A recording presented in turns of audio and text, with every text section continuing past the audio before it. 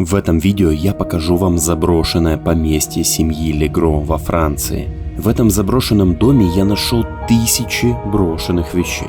Откуда их столько? Кто здесь жил? Почему огромный участок фамильного поместья поглотила природа? Разберемся в этом видео. Меня зовут Толяныч, я увлекаюсь неформальным туризмом и исследованием заброшенных мест по всему миру. Приятного просмотра. Друзья, всем привет! Я проник в огромную усадьбу во Франции. Я пока говорю шепотом, потому что здесь рядом дорога, могут ходить люди, могут меня услышать. Я залез, скорее всего, не с центрального входа. И вот это некая пристройка. Давайте посмотрим, что здесь было. И будем постепенно искать проход к центральному дому, к центральному зданию. Так, вижу проход на второй этаж.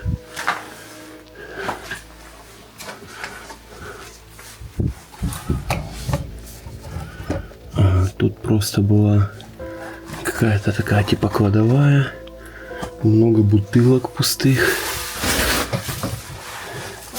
для вина или какого-то другого алкоголя. Но в целом такой обычный погреб. Окей, давайте посмотрим, что было на втором этаже. Я напомню, что это не основное здание. Это какая-то боковая пристройка, потому что это усадьба огромная. Здесь несколько строений. Огромный участок земли. Наверное, самый большой в этой деревушке. Много макулатуры какой-то валяется. Ага, тут была кухня.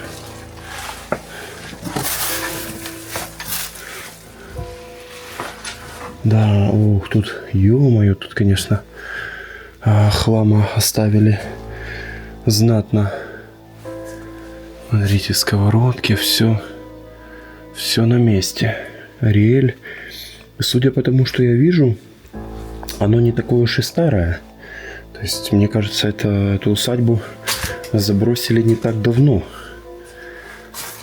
Будем искать свидетельства, календари, письма, счета, документы. Я хочу выяснить, кто здесь жил и почему ее бросили. Потому что это не просто какой-то там домик заброшенный. Это огромный участок, огромная усадьба. В таких пристройках, насколько я знаю, обычно либо персонал живет, работники, либо, допустим, там папа, мама, дети живут в большом доме, а здесь живут там бабушка, дедушка, чтобы, как говорится, друг другу сильно не портить жизнь. Живут в разных домах, хоть и на одном участке. Я бы все равно предпочел жить подальше от родителей и от тещи с зятем.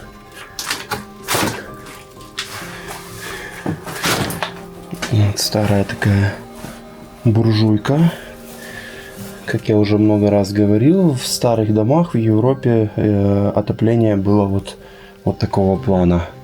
Такие стояли печки-буржуйки и отапливали дом. Холодильник Ногаматик Делюкс. А вот у нас столовая, видимо, гостиная, столовая. Ё-моё, сколько тут хлама, друзья. Это просто жесть. У меня глаза разбегаются, много чего интересного. Буду сейчас вам все постепенно показывать. Во-первых, обратите внимание на вот эти... Это бусы, наверное, да? Но это похоже на пластик. Не похоже это на камень какой-то драгоценный, иначе бы их отсюда давно стырили уже. Очень интересная такая инсталляция из дерева вырезанная. Я не знаю, склеенная она или она вырезана из цельного куска дерева. Сказать трудно, но выглядит круто. Мне нравится. Телевизор Dell. Ну да, это явно не 90-е, мне кажется, даже не 2000-е, это уже даже позже. Камин с тканью, странно. То есть эта ткань получается от жара не не портилась. При том, что камин вроде как... А, нет, стоп. Камин не совсем полноценный. Я не вижу вытяжки там. Хотя, может, вот там вот. Но уголь натуральный. То есть, что-то здесь таки полили, но странно. Вытяжки не вижу. Портрет чей-то старый. И вот такая вот... Это... О, это, наверное, даже... Я хотел сказать печатная машинка. Это компьютер. Tektronix 4051 модель. Вы представляете, сколько ему лет? Каких это годов? 70-х, 60-х? Охренеть.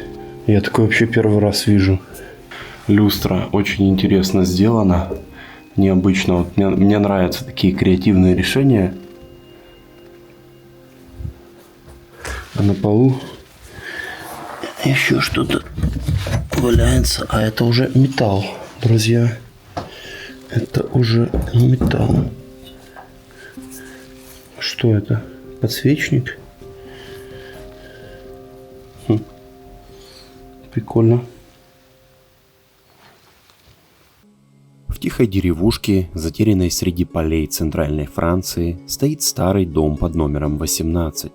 Местные называют его просто «Дом Легро», без лишних слов, без ностальгии, как будто само имя уже несет в себе все – и уважение, и печаль, и забвение. Дом принадлежал семье Легро, уважаемому роду, который жил здесь с конца 19 века. Их предки владели большим участком земли, зарабатывая в те времена тем, что выращивали сельскохозяйственные культуры, держали скот и сдавали часть помещений под мастерские. Кто-то из Легро даже был деревенским часовщиком, мастерил и чинил настенные часы, за что его знали в округе. Когда-то усадьба была полна жизни. Сначала в ней жили родители Жоржа Легро, а затем и он сам со своей семьей. Жорж был человеком твердым, сдержанным, работал в местной администрации, а в 50-е даже какое-то время исполнял обязанности советника мэра. Его жена умерла рано, и двух дочерей, Калет и Мари, он растил сам. После одной из семейных трагедий в доме появились еще дети, две племянницы, сироты. Их родители погибли в автокатастрофе. Сестры заботились о них как могли, но когда девочки выросли, уехали и больше сюда не возвращались, за исключением редких писем и открыток к Рождеству. С годами дом начал затихать. Сначала умер Жорж, потом сестры остались вдвоем. Они не работали, жили скромно на пенсии и остатки старых сбережений. Как это часто бывает с пожилыми людьми, они почти не выбрасывали ничего. Все казалось нужным, важным. Еще пригодится. Вы знаете, многие этим страдают. Письма, газеты, посуда, старая одежда, коробки из-под обуви, лампы, мебель и все остальное. Каждый предмет словно удерживал часть прошлого. Они не были чудачками, просто возраст, одиночество и воспоминания постепенно закрыли для них внешний мир. Сад зарос, окна открывались все реже, чтобы не дуло, а в коридорах начала появляться плесень от сырости. Но все внутри оставалось живым, в странном, затихшем смысле. На стенах фотографии семьи, в буфете все еще нетронутые банки варенья, а в шкафу старые наборы посуды. Соседи с уважением относились к сестрам, но никто особенно с ними не общался. Они отказывались продавать дом, хотя предлагали хорошие деньги. Говорили, это наш дом, мы отсюда уйдем только в землю. Так и вышло. Сначала умерла Калет, Мари не вынесла одиночества и ушла следом меньше, чем через год. С тех пор дом стоит пустой. Дальние родственники так и не приехали. Мэрия пыталась связаться с наследниками, но безуспешно. Никому нет дела до, пусть и большого участка, но в маленьком и забытом богом французском селе. Теперь усадьба просто стоит и медленно умирает вместе с деревней, как и многие другие дома по всей Франции. Да, в этом маленьком домике, конечно, хлама невероятное количество. Такое ощущение, что сюда сносили все. Как использовали как некую свалку. И здесь, кстати, есть еще третий этаж. Я, в таком бардаке, я даже не знаю, что снимать, что вам показывать. Я надеюсь, что в основном доме не будет такого бардака. Кстати, коробки макулатуры какой-то. Невероятно. Сколько. Ё-моё. Вы посмотрите. Охренеть. Сколько тут бесполезной макулатуры.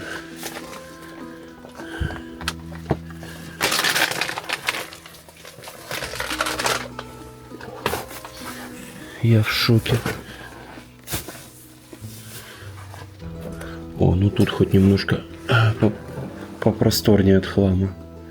Классный диван, кстати. В отличном состоянии. Ух ты!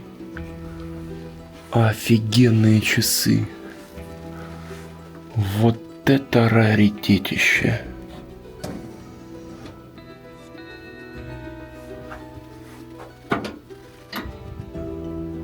Я уверен, что их можно привести в порядок. Тихо, тихо. И они будут работать. Какой-то мастер, я думаю, который занимается восстановлением антиквариата, сейчас смотрит такой, думает, бляха-муха, такая красота гниет просто на заброшке. Невероятно. Лампа тоже классная, такая старая. Смотрите, какой классный старый столик с шкафчиками. Классно сделанный. Толстое, хорошее дерево, резьба. Вот это на века. Но, к сожалению, видите, гниет. Внутри гниет. Так что, если он начал гнить, то ему жопа скоро настанет. А это что такое? Похоже на снаряд от артиллерии или от чего-то такого. Ваза. Зацените вот эту вазу. Я, конечно, не супер любитель такой древности, но вынужден согласиться, что выглядит это очень круто.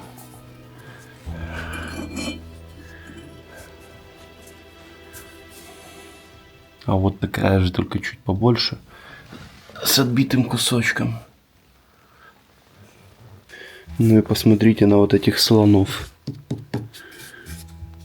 Причем... да, это дерево. Я вначале подумал, может быть, это слоновая кость, но нет. Это дерево, и это тоже очень круто выглядит.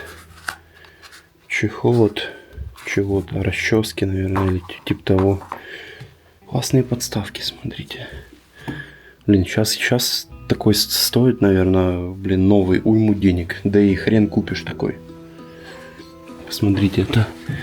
Может, даже если это и склейка, это все равно потрясающая работа.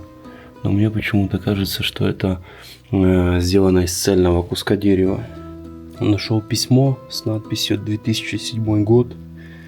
Это первое свидетельство, которое мне удалось найти касаемо года. С фамилией пока сложнее. Попадаю на 3-й этаж, и здесь такая же картина. Куча вещей. Все разбросано. Такое ощущение, что здесь торнадо прошлось. Это похоже на детскую комнату. Небольшая кровать. Вещи девичьи. Значит, девочка у нас тут жила.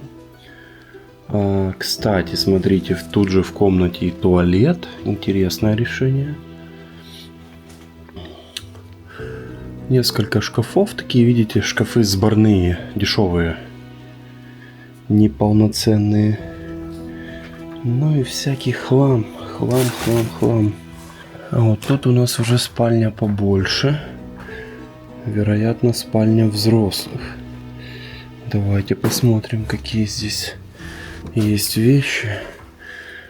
Женская одежда. Женская обувь.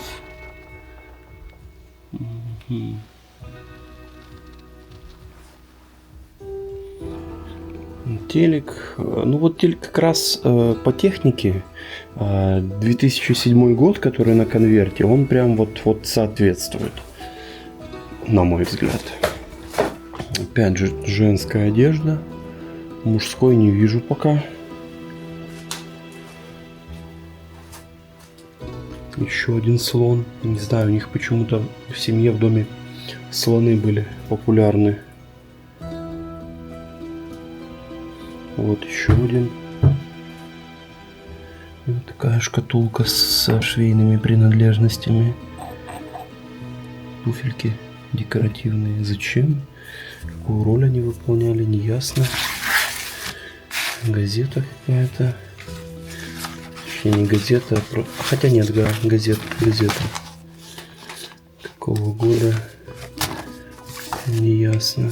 А, нет, это номер. Видно, старая. Тут же был умывальник. Интересное, кстати, решение. Прямо в спальне умывальник. Еще слоны, смотрите. У них какой-то, видимо, был культ слонов. Может быть, это типа к деньгам или что-то типа того. Но это, видно, подсвечник.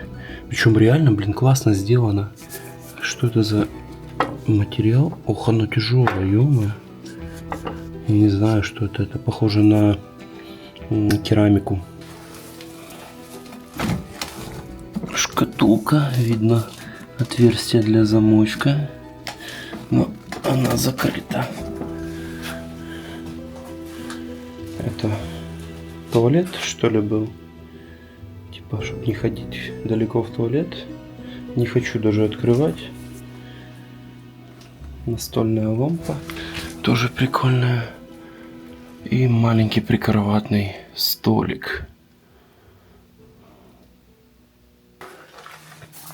Мне начинает, друзья, казаться, что это был основной дом, а другие строения, возможно, это какие-то другие пристройки, сельхозназначения или гараж. Но это мы с вами еще обязательно все выясним. Смотрите, какие еще здесь старые компьютеры. Не понимаю, зачем они здесь их хранили, если дом условно заброшен в 2000-х. Но это же явно, блядь, 60-е, 70-е года, может вообще 50-е. Зачем это старье тут хранить, было непонятно.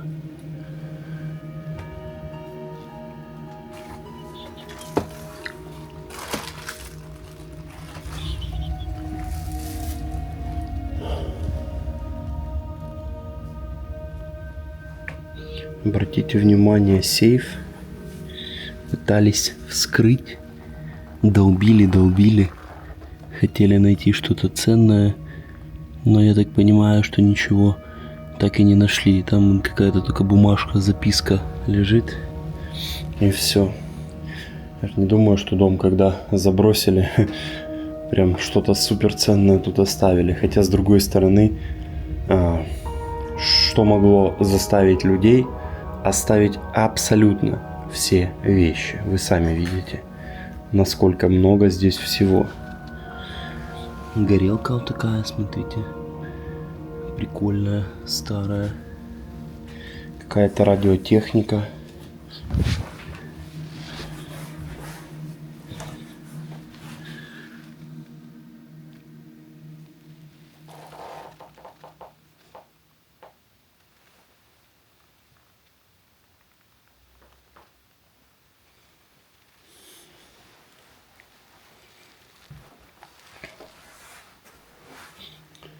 Шкатулка. Я такие уже видел несколько раз. Она вот так вот раздвигается для швейных принадлежностей. Очень крутая, удобная штука.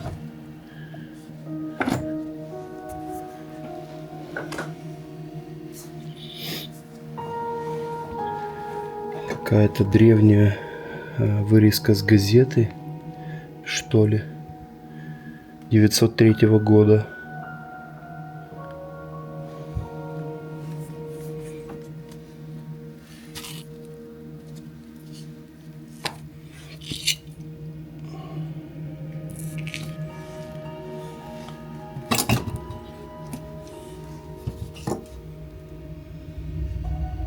Металлическая статуэтка Божьей Матери, я так понимаю. Похоже на то, да.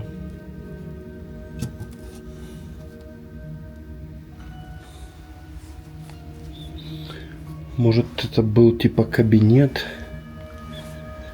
Фотография тоже, смотрите, старая какая-то. 1894-95 год. Какие-то Ученики, школа, может, интернат. Возможно, здесь изображен где-то предок владельцев этого дома. На чердаке, друзья, ситуация аналогичная. Куча хлама. Так, попробую обойти это здание, посмотреть, что еще было на территории.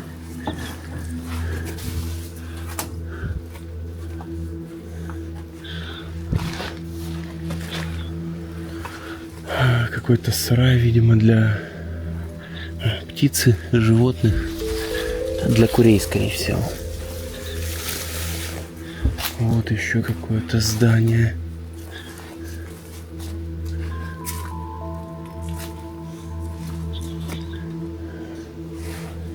Смотрите, какая газонокосилка. Древняя и очень круто выглядящая. Ух ты, друзья, смотрите, что я нашел. Это была теплица. Как она атмосферно выглядит, черт подери. Фу, крутяк.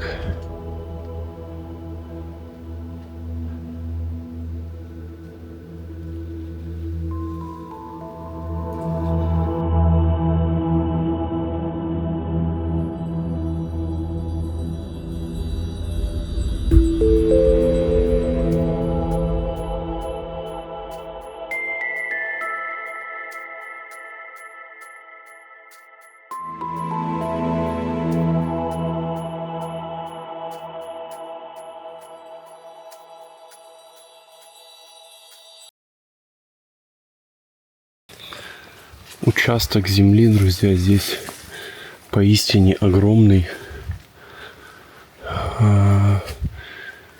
Непонятно, вот здесь я был или нет. Скорее всего, был. Это вроде бы тот же дом. Давайте пройдем дальше. Посмотрим. Если они бросили все, я надеюсь, что, может быть, получится найти гараж с автомобилями. А вот какое-то здание.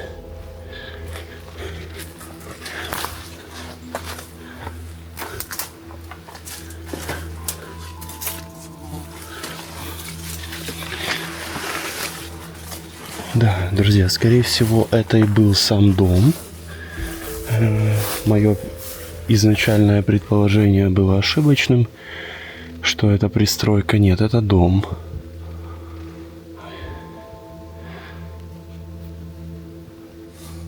Очень красиво все поросло плющом, надо признать.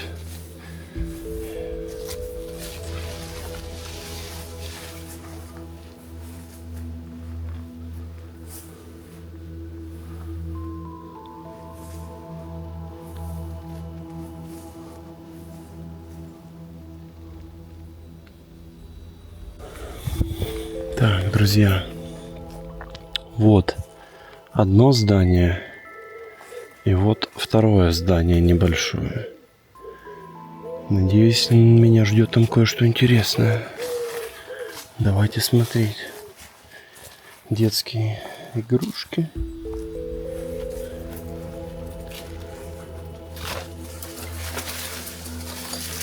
Нифига себе гараж. Нифига себе тут хлама.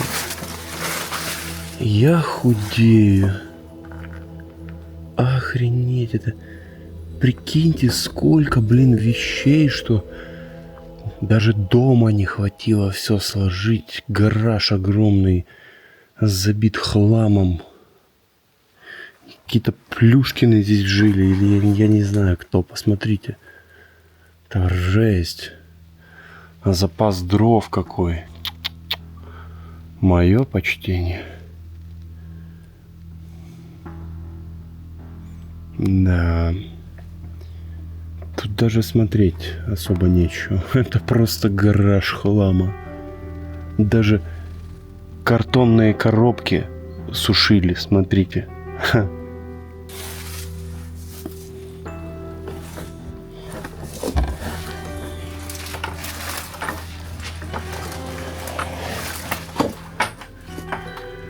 Капец, во втором гараже то же самое. Невероятно. Откуда и главное, зачем столько вещей? Посмотрите.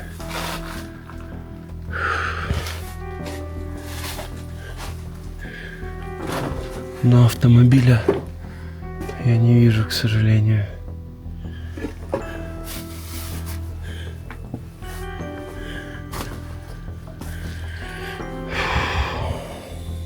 Друзья, всех благодарю за просмотр. Надеюсь, ролик вам понравился, дом понравился, история понравилась. Напоминаю, что в описании ссылки на телеграм-канал, где я публикую все новости. И также подписывайтесь, чтобы не теряться в случае каких-то проблем с ютубом. И, конечно же, ссылочка на Boosty. Если найдете возможность поддержать канал, буду очень благодарен. Лайки, комментарии, все это поможет однозначно ролику. Всех благодарю, всех обнимаю. Увидимся в следующем исследовании.